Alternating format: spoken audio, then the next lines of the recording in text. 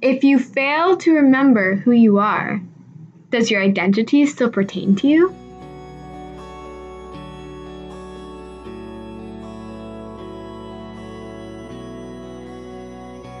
Hi there!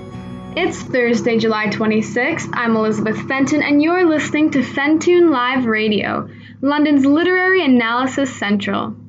Today we are going to dive into the concept of identity, more specifically, lost identity, as we dissect Professor Richard Holton's annual UHERO lecture, Dementia and the Scaffold of Memory.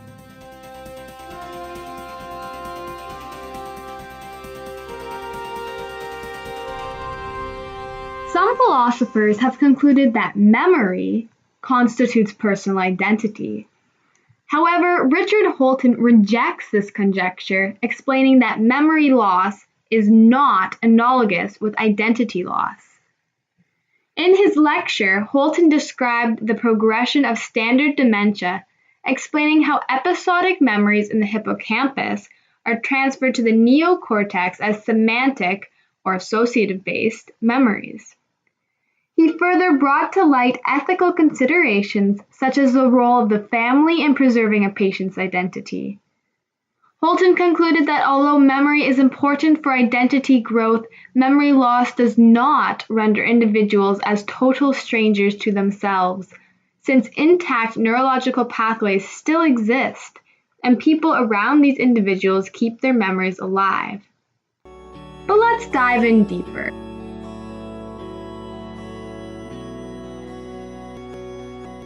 Through his research on neurological pathways for memory, Holton explained how people with dementia still possess all the same memories, but they are stored as semantic information. Episodic memories are stored in the hippocampus, but over time, these memories naturally transfer to the neocortex in the form of association-based memories. Dementia patients experience increased instances of episodic semantic memory transformation. It is important to note that memories are not being destroyed, rather they are being summarized. Countless studies have proved that the neurological pathways of dementia patients remain intact, thus prompting Holton to conclude that memory loss was more an issue in retrieval. In one specific study, when two words were revealed to a dementia patient, they were more likely to remember the first word if it was associated to the second. Holton hypothesized that probing questions, which incite association, can allow patients to access these new semantic memories. Thus, memory loss does not destroy identity, but rather makes it more difficult to access.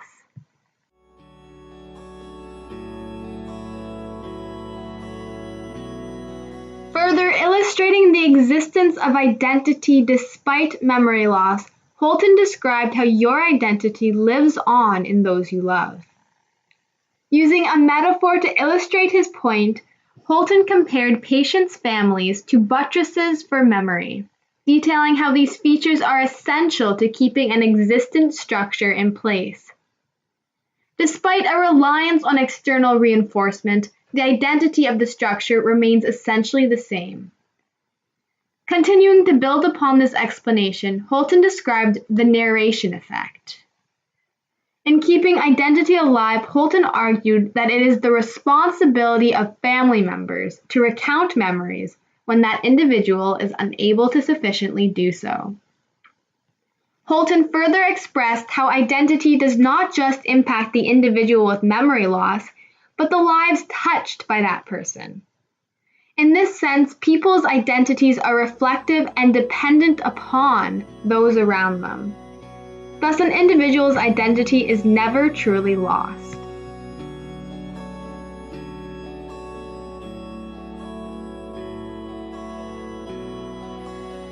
Memory lost, not identity lost.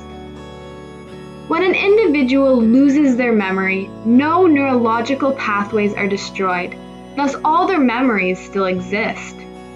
The essence of this person's identity is still present, only they have difficulty accessing it. Furthermore, identity is not only linked to an individual, but all of those influenced by this person. In this regard, identity can never truly be lost as long as it lives on in the memory of others. Through Richard Holton's lecture, we can gain a better understanding of identity and its interdependence from the concept of memory. Memory lost, not identity lost.